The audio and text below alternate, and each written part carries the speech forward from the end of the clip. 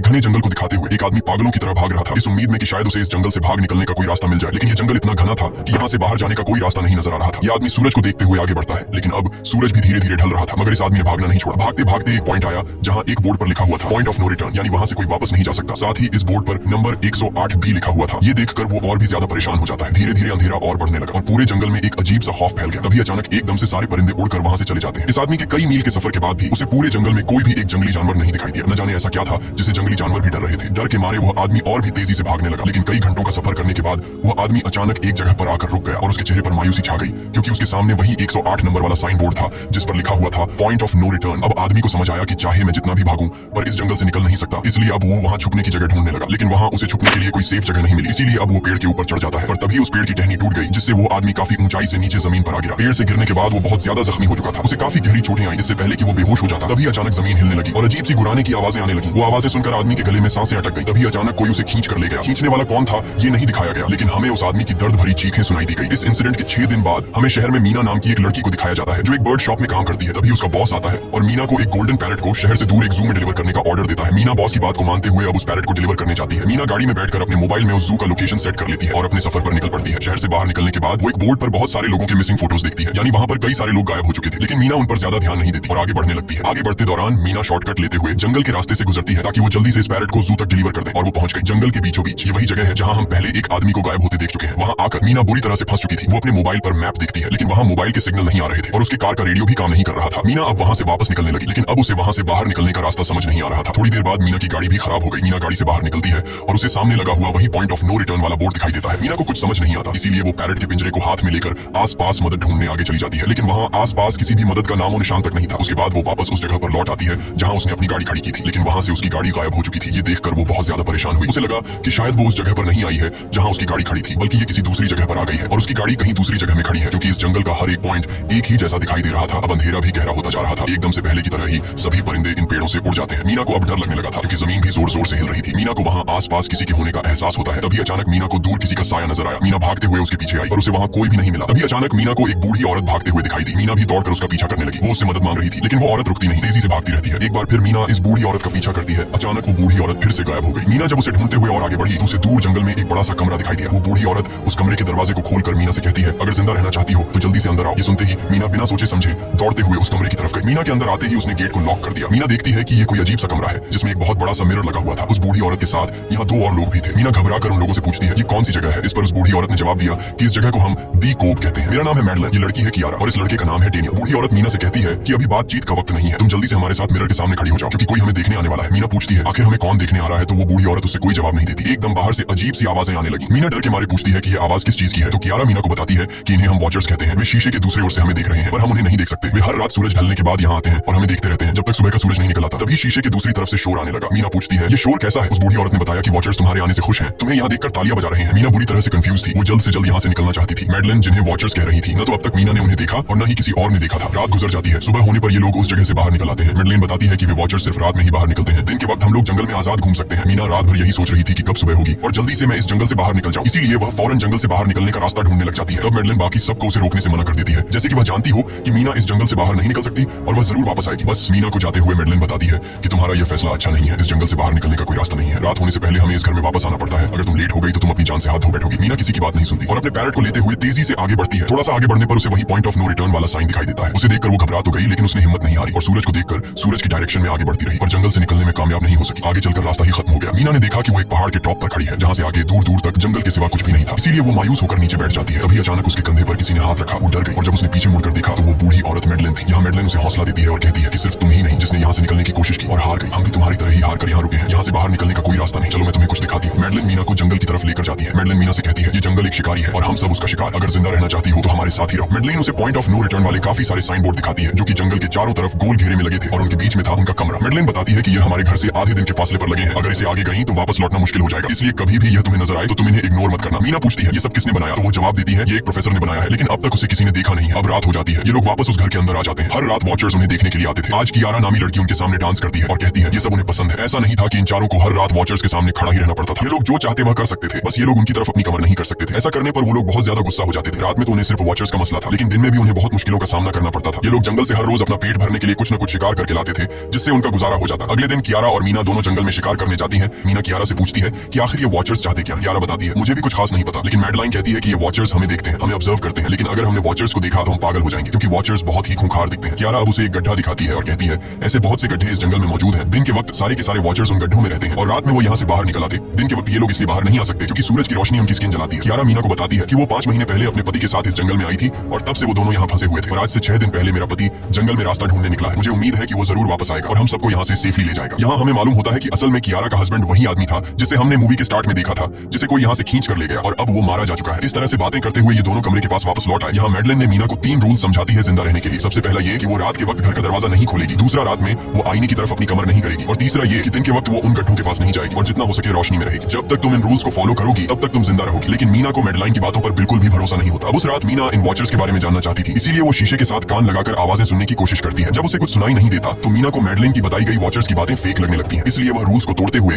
अपनी कमर को शीशे की तरफ करके सो जाती है और ऐसा करने पर इन वॉचर्स को गुस्सा चढ़ जाता है। वो लोग जोर जोर से उस शीशे को मारने लग जाते हैं। शोर से मैडलाइन भी उठ जाती है और वह जल्दी से मीना को शीशे की तरफ खड़े रहने को कहती है और तब जाकर वो वॉचर्स का गुस्सा शांत होता है। यानी जब इंसान वॉचर्स को अपनी पीठ दिखाते हैं तो वह उसे खुद की इंसल्ट मानने लगते हैं। ये रात भी गुजर जाती है और अगले दिन मीना डेनियल के साथ शिकार पर निकलती है। वो डेनियल से पूछती है क्या आज तक तुमने किसी वॉचर को देखा है, जिस पर डेनियल ने जवाब दिया कि मैंने भी आज तक वॉचर्स को नहीं देखा और जो भी वॉचर्स को देखता है वो जिंदा नहीं बच पाता। तब मीना डेनियल को समझाती है कि मुझे लगता है कि ये सब मैडलाइन की बनाई हुई कहानियां हैं जिसके अंदर वो हमें फंसा रही है। हमें जरूर उन गड्ढों को जाकर चेक करना चाहिए, शायद हमें यहाँ से बाहर जाने का कोई रास्ता मिल जाए। डेनियल भी यहाँ रहकर बहुत ज्यादा तंग हो चुका था और वो भी किसी तरह से रास्ता ढूंढकर इस जंगल से भाग निकलना चाहता था, इसलिए वो मीना की बात मान लेता है और वो दोनों गड्ढे के पास पहुंच जाते हैं। अब मीना अपने आप को रस्सी से बांधकर इस गड्ढे के अंदर उतरती है। रस्सी का दूसरा सिरा डेनियल ने पकड़ा हुआ था ताकि अगर मीना को कुछ भी हो वो जल्दी से मीना को बांध लगता है। पर मीना धूप में खड़ी थी, इसलिए जब उस वॉचर के हाथ पर सूरज की रोशनी पड़ी तो उसका हाथ जलने लगा। इतने में डेनियल ने नीचे मीना के पास रस्सी फेंकी और मीना फौरन जल्दी से बाहर निकल आई। मीना पूरी तरह से डर गई थी। ये लोग उस सारे सामान को लेकर अपनी सेफ हाउस में आ गए जहां मैडलिन ने उससे पूछा ये सामान तुम्हें कहां से मिला। ये लोग झूठ बोल देते हैं कि ये सामान उन्हें इस जंगल से मिला। मैडलिन को इस जंगल में रहते हुए बहुत अरसा गुजर चुका था। वो जानती थी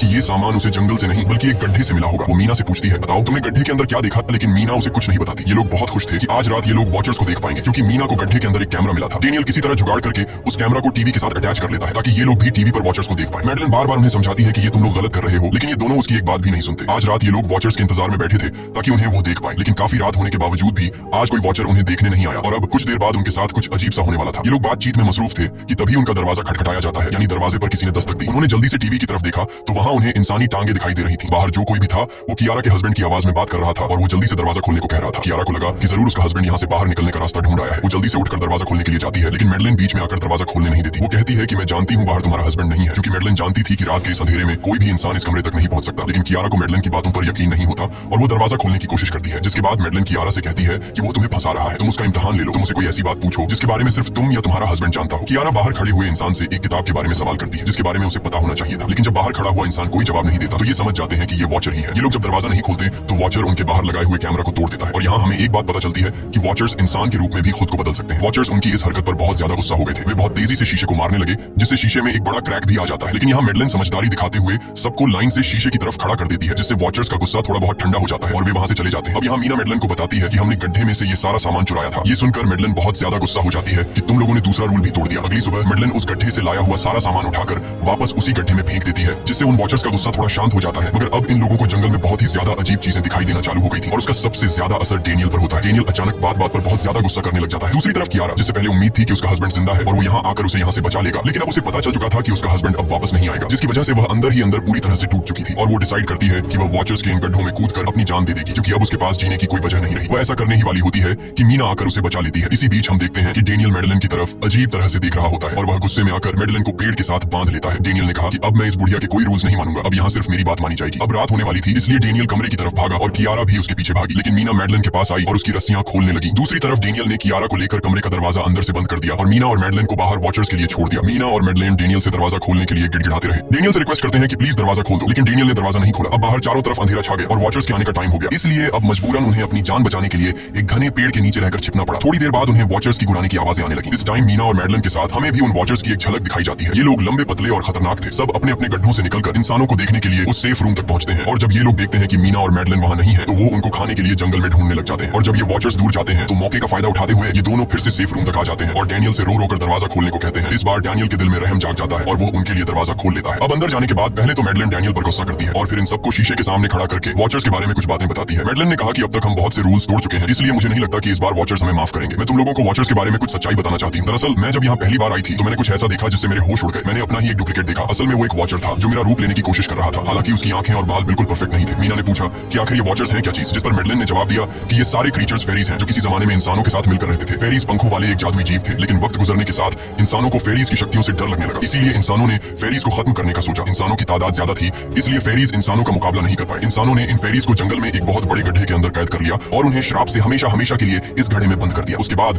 फेरीज कई सौ सालों तक उस गड्ढे में कैद रहे, लेकिन फिर वक्त के साथ उन्होंने जमीन के अंदर खुदाई करके निकलने के रास्ते बना लिए। आज वही फेरीज वॉचर्स के रूप में गड्ढों से निकलकर हमारे सामने आते हैं। हालांकि कई सौ सालों तक जमीन के अंदर रहने की वजह से उन्होंने अपने पंख और जादुई शक्तियां खो दी और साथ ही उन्हें सूरज की रोशनी से तकलीफ होने लगी, लेकिन अब भी उनमें रूप बदलने की शक्ति है। इस पर डैनियल ने मैडलिन से पूछा कि ये वॉचर्स हमसे क्या चाहते हैं और ये हर रात हमें देखते क्यों हैं, जिस पर मैडलिन ने बताया कि ये वॉचर्स एक बार फिर से जंगल से निकलकर इंसानों के बीच रहना चाहते हैं, लेकिन अपने असली रूप में ये इंसानों के बीच नहीं रह सकते। इसीलिए उन्होंने हमें यहाँ रखा हुआ है ताकि हमें देखकर हमारा रूप ले सकें और हमसे आज के दौर के तौर तरीके सीखकर इंसानों के बीच रह सकें। मैडलिन ये सब बातें बता ही रही थी कि अचानक सभी वॉचर्स वापस लौट आए और जब वॉचर्स को पता चलता है कि मैडलिन और मीना वापस अपने कमरे में आ गए हैं तो वो सब गुस्से से भड़क उठे और दरवाजा तोड़ने की कोशिश करने लगे। इन चारों ने टेबल को खींचकर दरवाजे के सामने रख दिया ताकि दरवाजा वॉचर्स तोड़ न सके, लेकिन वॉचर्स की ताकत काफी ज्यादा थी और इन चारों को पता चल चुका था कि जल्द ही वॉचर्स अंदर आ जाएंगे और उन्हें मौत अपनी आंखों के सामने दिखाई दे रही थी। तभी उन्होंने देखा कि टेबल को घसीटकर दरवाजे तक ले जाने की वजह से कारपेट पलट गई है। जब उन्होंने कारपेट हटाया तो उन्हें नीचे एक बड़ा लोहे का गेट नजर आया। उन्होंने जल्दी से गेट खोला तो उन्हें पता लगा कि नीचे एक बहुत बड़ा बंकर है। ये लोग जल्दी से उस बंकर के अंदर घुस गए और ऊपर से लोहे का गेट बंद कर दिया। ये लोग इस बात को लेकर परेशान थे कि ये बंकर यहाँ पर मौजूद था और इन लोगों को पता भी नहीं चला। इस बंकर के नीचे बहुत फैसिलिटीज थी, हजारों दिन का खाना, एक कंप्यूटर और भी बहुत सारा जरूरत का सामान रखा था। मीना जानना चाहती थी कि आखिर ये जगह किसने बनाई, इसीलिए वो उस कंप्यूटर को ऑन कर लेती है। उस कंप्यूटर में बहुत सारा डेटा सेफ था जिसे खोलने पर उन्हें पता चलता है कि ये सारी जगह प्रोफेसर मार्टिन ने बनाई थी। असल में प्रोफेसर को इन क्रीचर्स के बारे में पता था। वो इन वॉचर्स पर रिसर्च करना चाहता था, इसीलिए उसने ये बंकर बनाया था। पैसों का लालच देकर वो दूसरे इंसानों को काम के लिए यहाँ लेकर आता था और रात के वक्त मजदूरों को ऊपर कमरे में छोड़कर खुद यहाँ आकर छुप जाता था और वो वॉचर्स फिर उन इंसानों को खा जाया करते थे। अगली वीडियो में डॉक्टर मार्टिन बताते हैं कि उनकी रिसर्च के दौरान उन्हें एक सबसे अलग फेरी मिली जो रोशनी में भी उन गड्ढों से बाहर आ सकती थी। डॉक्टर बताता है कि उस वॉचर ने एक बच्ची का बिल्कुल परफेक्ट रूप ले लिया था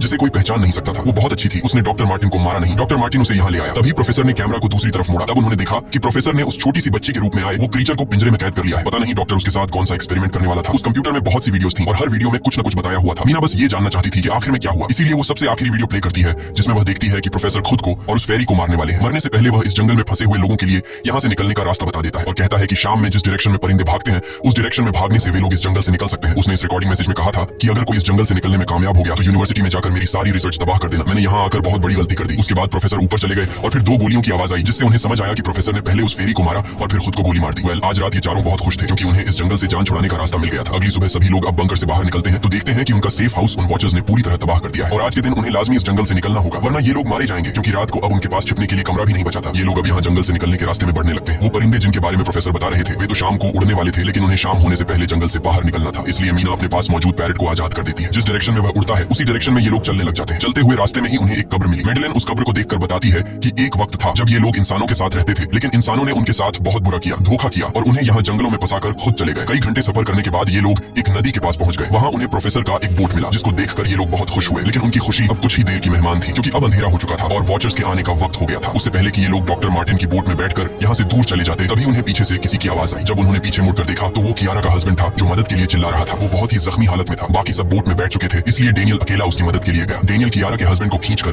बोट की तरफ लाने लगा, लेकिन तभी ये लोग बोट से देखते हैं कि डेनियल जिसकी मदद करने गया वह कोई इंसान नहीं बल्कि एक वॉचर है जिसने उनके सामने ही डेनियल का रूप ले लिया। वो लोग कुछ भी नहीं कर पा रहे थे। अब उस वॉचर ने डेनियल को मार दिया। उन्हें इस बात का पता था कि वॉचर्स इस नदी को पार नहीं कर सकते हैं और फाइनली ये लोग खुद इस नदी को पार करके शहर तक पहुंच जाते हैं। और कहानी में असल ट्विस्ट इसके बाद आया। शहर पहुंचने के बाद ये तीनों अलग अलग रास्तों पर चले गए और कुछ दिनों बाद अब मीना जल्दी से डॉक्टर मार्टिन के कहने के मुताबिक उनके यूनिवर्सिटी में उनका सारा डेटा खत्म करने के लिए आई। उससे पहले कि वह उनका रिसर्च डेटा डिलीट कर देती तभी उससे वहाँ एक टेप रिकॉर्डर मिला और उस टेप रिकॉर्डर से मीना को एक नया राज मालूम हुआ। जब हजारों साल पहले इंसान और फेरीज एक साथ रहते थे तो तब उनकी शादी भी हुआ करती थी। इंसान और फेरी के मिलन से जो बच्चे पैदा होते थे उनमें इंसान और फेरी दोनों के गुण होते थे। उन्हें हाफलिंग्स कहा जाता था। उन हाफलिंग्स में एक खासियत थी कि वे रूप बदलने में इतने माहिर होते थे कि वे किसी मरे हुए इंसान का रूप भी बदल सकते। जांचबीन करने लगे तो वहाँ उसके हाथ कुछ ऐसी तस्वीरें लगी जिसने उसके होश उड़ा दिए। उसने देखा कि तस्वीर में जो प्रोफेसर के साथ लेडी खड़ी है वो कोई और नहीं बल्कि मैडलिन है और असल में मैडलिन प्रोफेसर की वाइफ है। वो कंफ्यूज हो जाती है कि मैडलिन ने उसे ये बातें क्यों नहीं बताई। इस भारी कंफ्यूजन को शेयर करने के लिए वो कियारा के पास आती है और उसे बताती है कि जिस मैडलिन से हम जंगल में मिले थे वो असल में प्रोफेसर मार्टिन की वाइफ है, लेकिन उसने हमें ये सच्चाई इसलिए नहीं बताई क्योंकि वो खुद एक इंसान नहीं बल्कि एक रूप बदलने वाली फेरी थी। मैंने जब रिसर्च किया तो मुझे पता चला कि काफी साल पहले प्रोफेसर की वाइफ मैडलिन कैंसर की वजह से मर गई थी। ये सुनकर कियारा कहती है कि फिर वो मैडलिन कौन थी जो इतने समय से हमारे साथ थी। इस पर मीना कहती है मुझे सब समझ आ रहा है। दरअसल प्रोफेसर अपनी वाइफ के मरने से बहुत दुखी थे और उसे हर हाल में वापस पाना चाहते थे और जब प्रोफेसर को इन रूप बदलने वाली फेरीज के बारे में पता चला तो प्रोफेसर ने